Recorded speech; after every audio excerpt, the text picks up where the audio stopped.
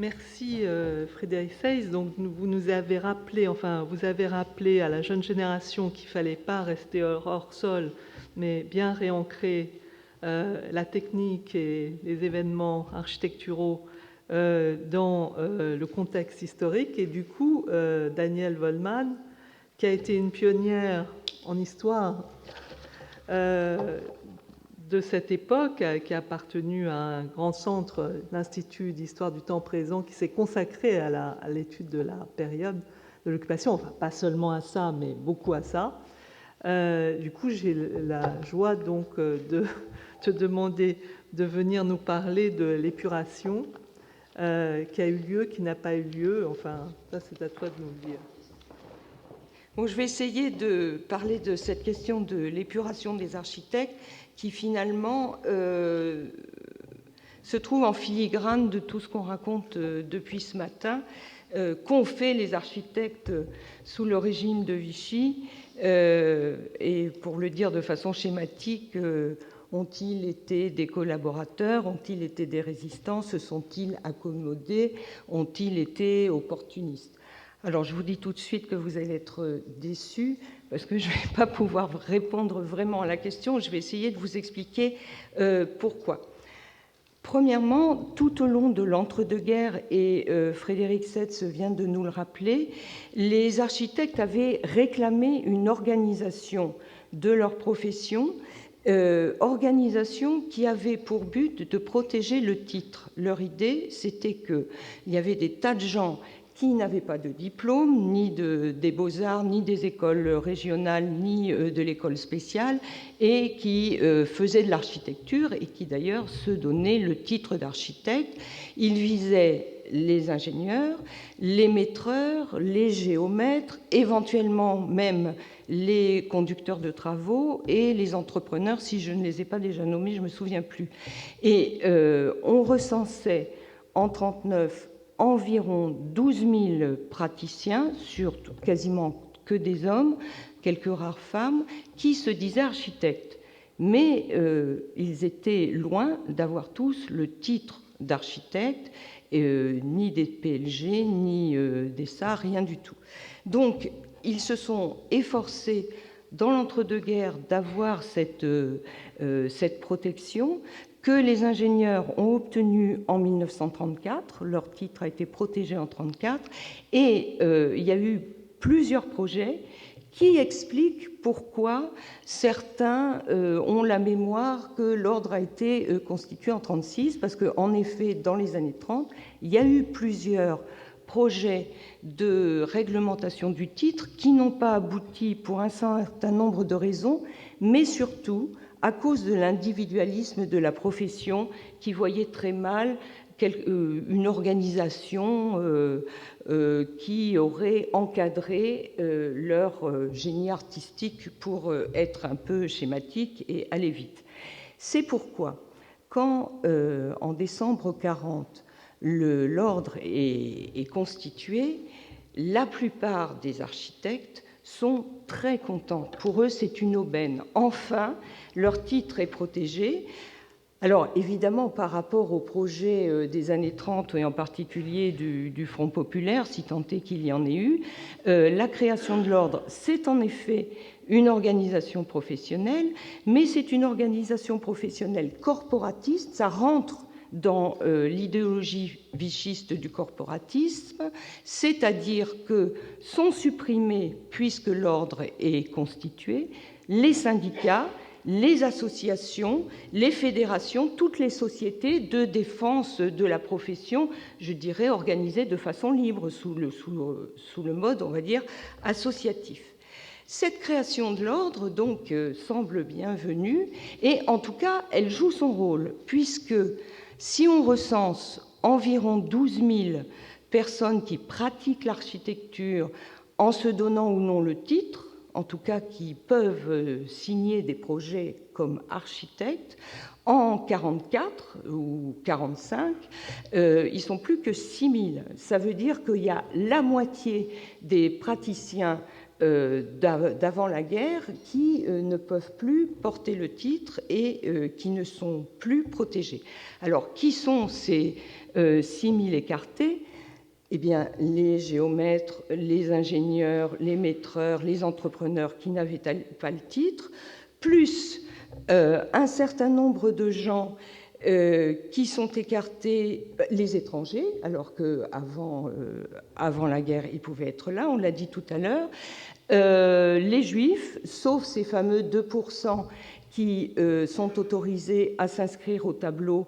Et alors là, on pourrait, je n'ai pas beaucoup de temps, mais les contradictions dans lesquelles se sont débattus les responsables de l'ordre, puisque certes, il fallait faire la déclaration de ne pas être arien et si on était un homme, de ne pas avoir d'épouse non-arienne, mais en même temps, si on était juif, on pouvait quand même faire une demande d'inscription à l'ordre qui était accepté ou non, qui était accepté si on n'était pas à 2%. Donc c'était un peu contradictoire. Plus, et là on arrive au off dont on parlait tout à l'heure, un certain nombre d'architectes qu'il est impossible pour l'instant de comptabiliser, je vais essayer de l'expliquer, qui refusent de s'inscrire en disant cet organisme qu'on appelle de nos voeux, il n'est pas ce qu'on voudrait. Et donc, par opposition au régime de Vichy, un certain nombre, je ne sais pas combien, ne s'inscrivent pas. Par ailleurs, ça c'est le premier point pour essayer de comprendre l'épuration. Le deuxième point, c'est que, et on l'a dit aussi plusieurs fois depuis ce matin, le régime de Vichy fait de la reconstruction un objectif de la Révolution nationale.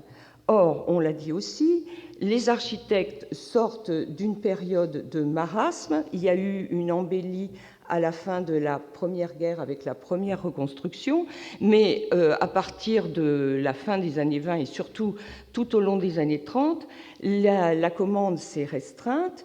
Ils avaient du mal à boucler leur fin de mois, à payer leur loyer, comme disait Jean-Louis tout à l'heure, à avoir des commandes.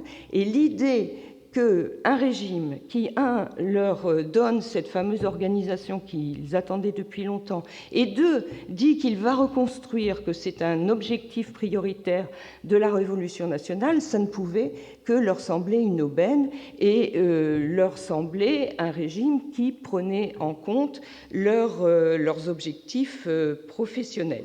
Donc, on peut dire que l'adhésion au régime semblait logique. Surtout que, et c'est un autre élément, si on étudie qui sont les architectes à la fin des années 30, ce sont plutôt des notables et ce sont plutôt des conservateurs. Bon, là, c'est un peu schématique, ça va vite, mais disons que ce n'est pas une profession qui s'est signalée par ses idées très arrêtées du côté de la gauche, là aussi, pour aller vite. Alors, on trouve en effet peu de grands noms de l'architecture parmi les opposants. Frédéric a eu du mal à en trouver 5, si j'ai bien compris, à l'école spéciale. Bon, l'école spéciale, ce n'est pas tous les architectes, mais tout de même. Et si on regarde, non pas du côté des grands noms, mais du côté de ceux que j'appelle les praticiens ordinaires, les hommes de l'art ordinaires, on n'en trouve pas beaucoup. Il y en a quelques-uns qu'on trouve au détour de plaques, parfois, où on voit quelqu'un, un résistant ou quelqu'un qui a pris part à la libération de Paris, par exemple, où on met architecte, c'est rarissime. Dans des dossiers de demande d'agrément, où les gens qui demandent leur agrément pour travailler au chantier de la reconstruction après la libération donnent une sorte de curriculum où ils peuvent faire état de leur action pendant la résistance, ou bien des gens qui demandent des dommages de guerre. Enfin, on peut les trouver, mais on les trouve de façon détournée. Donc, la question, c'est est-ce que l'épuration pour ce groupe professionnel a été, dès lors qu'on dit qu'ils ont adhéré avec un certain enthousiasme au régime et que surtout ils ont été d'une certaine façon choyés par le régime, est-ce que l'épuration a été plus sévère pour eux que pour d'autres groupes professionnels? Alors, pour répondre à cette question, il y a deux préalables. Le premier, et là je rejoins encore Frédéric et d'autres orateurs précédents, le premier, c'est la question des sources. La question des sources qui est assez compliquée parce que c'est difficile de savoir comment on va trouver les épurés. Il faut connaître, pour avoir des dossiers d'épuration, il faut avoir les noms. Mais pour avoir les noms, il faut les connaître, sinon on ne peut pas. Par ailleurs, donc pour accéder aux cours de justice, il faut avoir les noms pour y arriver. Par ailleurs, il semblerait, et c'est assez bizarre, que l'accès aux archives se soit fermé, non pas par volonté administrative ou politique, mais pour des raisons qui sont, je dirais, à la fois bizarres et conjoncturelles. Je donne un exemple. Il y a, donc maintenant, j'ose à peine dire plus de 20 ans, j'avais été au Conseil supérieur de l'Ordre des architectes. J'ai demandé les procès-verbaux des conseils d'administration, qui sont des documents publics, et je les ai tous eus, de la création de l'Ordre en 40, où il n'y avait pas encore de PV, mais il y en a eu dans le tout début de l'année 41, jusqu'en 45. Donc j'ai vu tous ces PV, ils étaient là. De même, j'avais demandé les inscriptions à l'ordre national. J'ai eu un fichier avec des fiches manuscrites, où il y avait écrit le nom de l'architecte, sa région, ce qu'il avait fait, ses diplômes, etc., etc. Donc un matériel tout à fait intéressant. Je ne sais plus où il est. C'est-à-dire qu'au Conseil national, ils ne savent plus, c'est perdu dans les déménagements. Ils disent que ça a été versé aux archives de Paris ou nationales, c'est pas clair. Bon, je suis en train d'instruire le dossier. Peut-être un jour, je retrouverai d'autres documents. Mais en tout cas, c'est assez difficile d'avoir ces documents. Autre source qui aurait été intéressante, je vais en parler un peu plus longuement, les dossiers qui se trouvent dans les comités de confiscation des profits illicites. Alors, ces dossiers, il y a des noms, des listes et des listes, il y en a des milliers, et il y a juste le nom et la profession. Donc il faut tourner les pages des dossiers, trouver architecte, éventuellement maîtreur, pas entrepreneur, parce que l'épuration des entreprises, c'est autre chose. Et après, il faut demander le dossier. Ah oui, mais le dossier n'est pas là. Et il faut des semaines pour faire revenir le dossier. On sait pas. Bon, donc, tout ça pour vous dire que c'est un travail en cours. Et malheureusement, j'espérais pouvoir... tout à l'heure, Jean-Louis m'a dit, alors ça fait 5%, j'en sais rien, je ne sais pas, peut-être un jour on saura. En tout cas, pour l'instant, moi, je ne sais pas. Et heureusement, il y a des thèses en cours, et on espère que les jeunes vont travailler et qu'ils vont finir par nous donner des chiffres. Le deuxième point qui fait que c'est assez compliqué de s'attaquer à cette question de l'épuration, c'est l'épuration elle-même. Il faut rappeler quelles sont les procédures de l'épuration. En fait, si je ne prends que l'épuration légale, je ne m'occupe pas de l'épuration extrajudiciaire où un ou deux architectes ont pu être abattus parce qu'ils étaient connus pour être des collaborateurs, je mets ça de côté. Donc si on s'en tient à l'épuration légale, elle prend trois formes. Une forme judiciaire, une forme administrative et une forme économique. L'épuration judiciaire est mise en place par le gouvernement provisoire de la République. C'est une juridiction d'exception, je ne détaille pas. Elle est définie en tout cas par une ordonnance du 26 août 1944. C'est une loi rétroactive et ce qui nous intéresse, c'est que celui qui est inquiété et condamné est puni de la déchéance de ses droits civiques. Alors là, on peut avoir dans les chambres civiques, on peut avoir les dossiers et on voit qui est condamné. En gros, si j'ai bien compté, mais je vous donne ces chiffres, il faut les prendre avec beaucoup de précaution, une centaine d'architectes, donc il faut compter les 6000, Donc 100 sur 6 000, ça fait quand même une proportion pas très importante. Ces 100, ils ne sont pas tous condamnés. 100 ont été inquiétés et après ils ont été soit relaxés, soit condamnés par les cours de justice ou par les chambres civiques. Alors, pourquoi ils ont été condamnés? Ça n'a rien à voir avec l'architecture. C'est une question politique. Ils sont condamnés parce qu'ils ont eu intelligence avec l'ennemi. Alors, toute la question à savoir ce que c'est qu'intelligence avec l'ennemi, parce qu'ils ont appartenu à la milice, au groupe collaboration, ou parce qu'ils ont rendu des services à la Gestapo. Bon, donc ça n'a rien à voir avec en principe, leur activité d'architecte. La question est de savoir, je vais revenir sur la question de l'ordre, qu'est-ce qu'on fait des condamnés? Pas des inquiétés, puisque les inquiétés sont relaxés, donc c'est fini pour eux. Mais ceux qui sont condamnés, est-ce qu'ils peuvent continuer à être architectes? Et ça agite beaucoup l'ordre qui va continuer, je vais expliquer pourquoi dans un moment. Et finalement, l'ordre des architectes dit, après tout, ils peuvent continuer à exercer leur profession. Mais ils n'ont plus leurs droits, ils ont été condamnés à l'indignité nationale, ils ne peuvent pas voter, mais ils peuvent construire.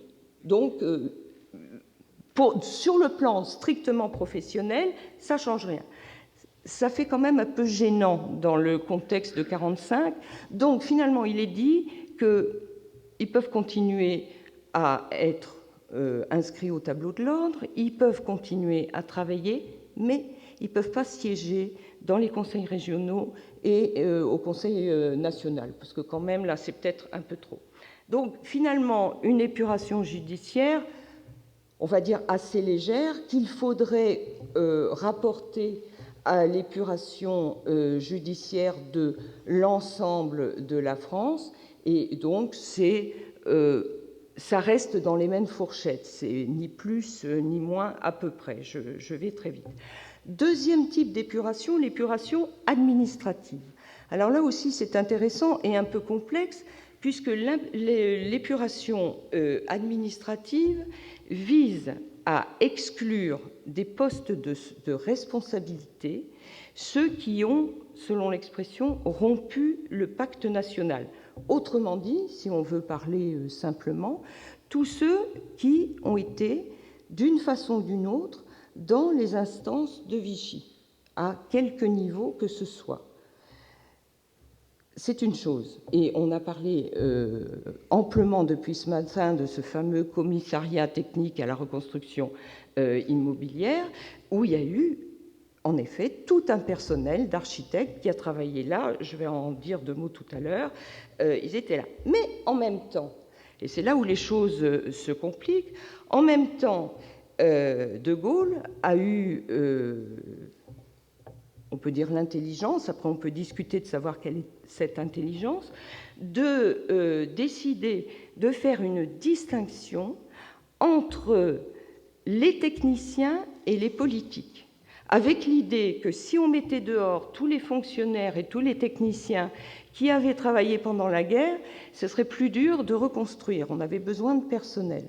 Donc, ont été déchargés d'accusations ceux dont on a dit qu'ils étaient des gens qui faisaient un travail administratif.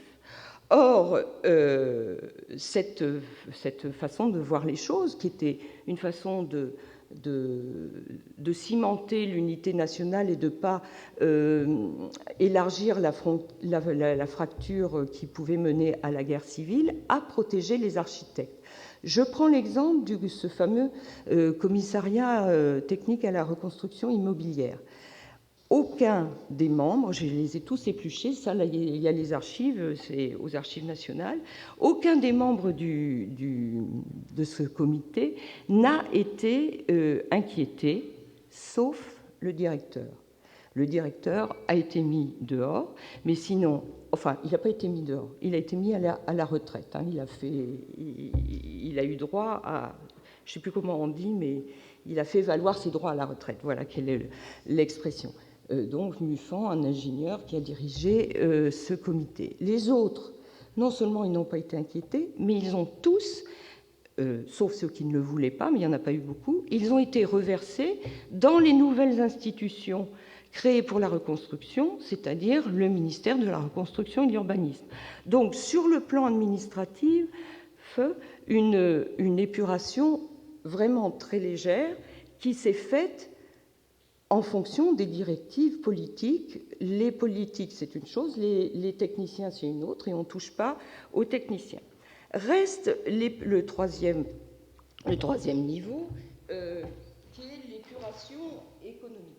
Alors là, l'épuration économique a joué de façon assez importante parce que cette épuration économique visait à confisquer les bénéfices qui avaient été réalisés par ceux qu'on appelait les profiteurs de guerre.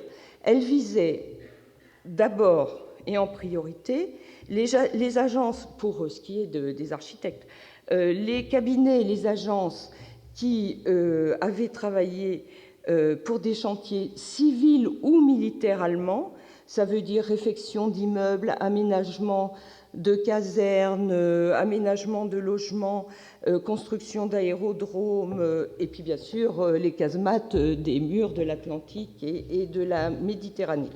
Alors, ces activités-là sont évaluées par la commission des profits licites. Il y a plusieurs commissions dans chaque département. Et là, on va dire que les sanctions ont été prises et tous ceux qui avaient travaillé, et il y en avait beaucoup, d'une façon ou d'une autre, directe ou indirecte, pour l'occupant, eh bien, ils étaient condamnés à restituer ce qu'ils avaient gagné, leur gain, et c'était assorti ou non d'une amende. Mais ils avaient le droit de continuer de travailler. Donc, ils avaient des chantiers, ils payaient, et puis au bout d'un certain temps, ils avaient fini de payer, et on n'en parlait plus. Surtout qu'à partir de 1947, ont commencé les premières lois d'amnistie, et les restitutions ont été importantes, je ne peux pas les chiffrer, mais disons que la dette a été relativement vite effacée. Alors, pourquoi j'ai rappelé ces trois types de sanctions? C'est parce qu'en fait, il y a une imbrication de ces trois types du fait du statut des architectes. Car les architectes étaient à la fois une profession libérale et ils étaient aussi des fonctionnaires du ministère de la Poste. Ils travaillaient pour des administrations et donc ils avaient soit un statut vraiment de fonctionnaire, tout en gardant la possibilité d'avoir leur activité libérale, soit un statut qui les assimilait à des fonctionnaires. Ce qui veut dire qu'il fallait évaluer leur travail. Si c'était du point de vue administratif, en tant que fonctionnaire, ils ne pouvaient pas être inquiétés, mais ils pouvaient être inquiétés si dans leur agence, ils avaient travaillé pour l'ennemi. Et chose qui compliquait encore la situation, c'est que, et je vais y venir, j'espère que je ne vais pas trop déborder, c'est que c'est l'ordre des architectes lui-même qui a eu pour mission de faire cette épuration. Autrement dit, c'était l'ordre lui-même qui devait s'épurer d'une façon ou d'une autre. Donc c'était un peu compliqué. Alors, quelle est la complexité? Elle vient du fait que, dès la libération, pendant l'été 1940, s'est posée la question, est-ce qu'on garde l'ordre? Est-ce qu'on garde l'ordre? La plupart des membres des conseils régionaux et du Conseil national trouvaient que, bien évidemment, il fallait garder l'ordre. On avait tellement attendu un ordre, on l'a eu, il fallait le garder. Mais il y avait des gens, et en particulier les quelques architectes qui faisaient partie de du Front national des architectes, un organisme résistant, ou même tout simplement des architectes résistants qui n'étaient pas affiliés au Front national. On avait vraiment... ils en voulaient beaucoup à l'Ordre, qu'ils trouvaient avoir été un organisme finalement défenseur de Vichy, qui n'était en rien opposant à Vichy, et finalement ils voulaient régler leur compte, c'est-à-dire mettre dehors les notables qui étaient les membres de ces différents conseils et prendre leur place. Alors il y a eu des passations de pouvoir qui se sont faites de façon violente, à Paris en particulier, où il y a des résistants qui sont entrés, il y avait Tournon qui était là et tous les autres. Bon, enfin, c'est des histoires qui ne sont pas très bien documentées. Et là aussi, c'est des choses qu'on raconte. En revanche, c'est très bien documenté pour 2 conseils régionaux, à Toulouse et à Marseille. Pourquoi à Toulouse et à Marseille? Tout simplement parce que les commissaires de la République étaient des commissaires de la République, disons, qui étaient du côté gauche, qui étaient plutôt, surtout à Marseille, avec Aubrac, plutôt du côté des communistes, et comment il s'appelle? Enfin, celui de Toulouse, pareil. Et, pardon? Non, c'était pas Ravanel, mais bon, c'était un copain de Ravanel, peu importe. Et donc, au moins dans ces 2 conseils-là, je pense qu'il y a eu aussi quelque chose dans le Nord, mais malheureusement, dans le Nord, on me dit qu'il y avait les archives. Heureusement, il paraît qu'elles y sont peut-être, donc j'irai voir, on verra.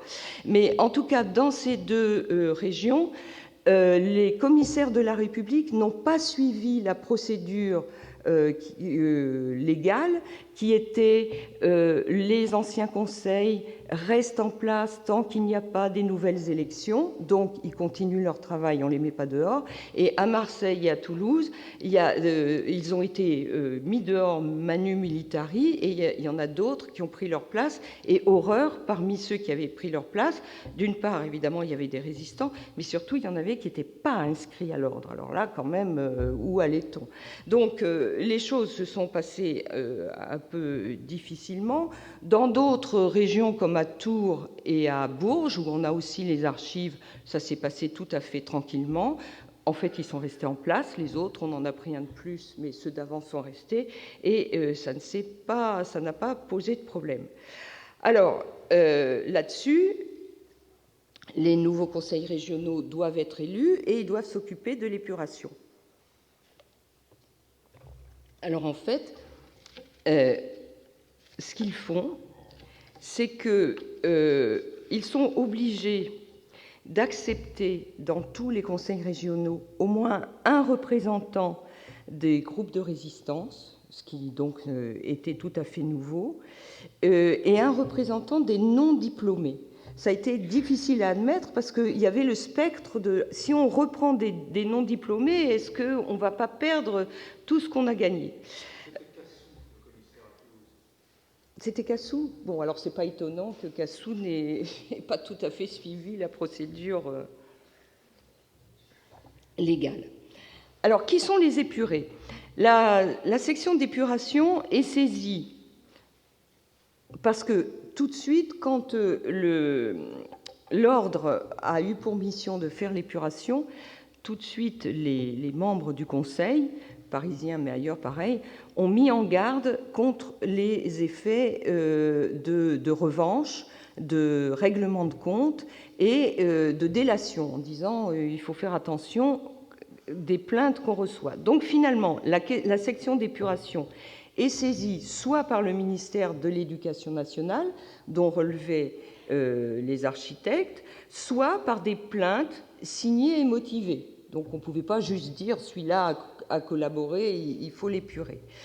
Elle ne peut être saisie que dans un délai de 3 mois après la publication de l'ordonnance. Or, la publication de l'ordonnance, elle est, je rappelle la date si je la trouve, elle est de septembre 1945. Donc, en principe, jusqu'en 1945, il n'y a pas eu de procédure d'épuration légale, même s'il y a des dossiers qui ont commencé à être instruits, et la décision doit être rendue dans les 6 mois.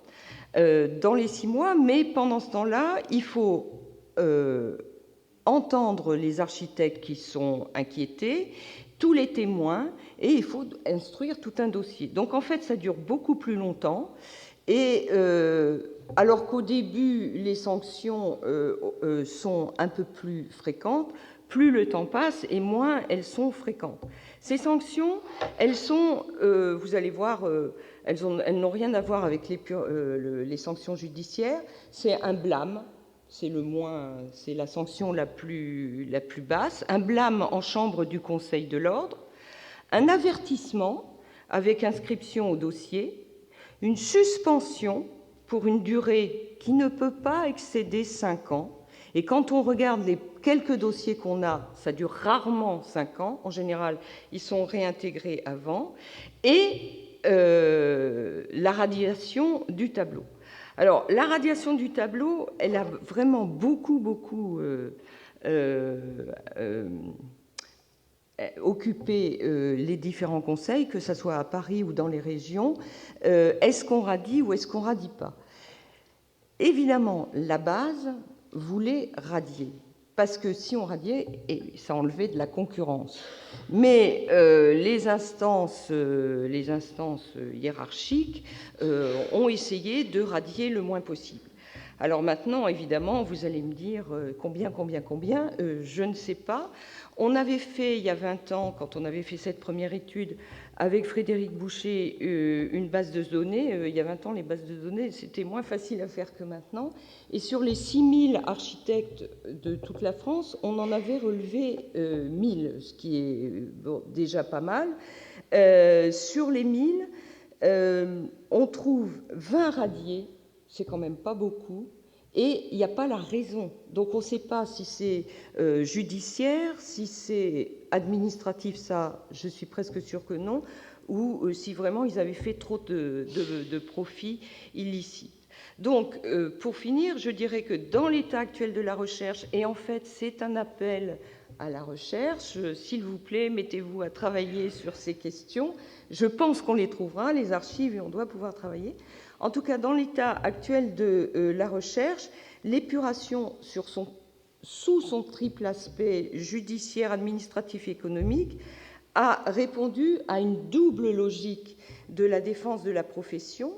D'une part, une certaine sévérité patriotique, limitée mais quand même certaine, qui pouvait masquer des règlements de compte et une volonté d'éliminer les concurrents, et de l'autre, une indulgence qui en fait répondait à ce qu'était l'ordre des architectes, qui représentait les architectes depuis le 31 décembre 1940, une protection de l'ensemble de la profession.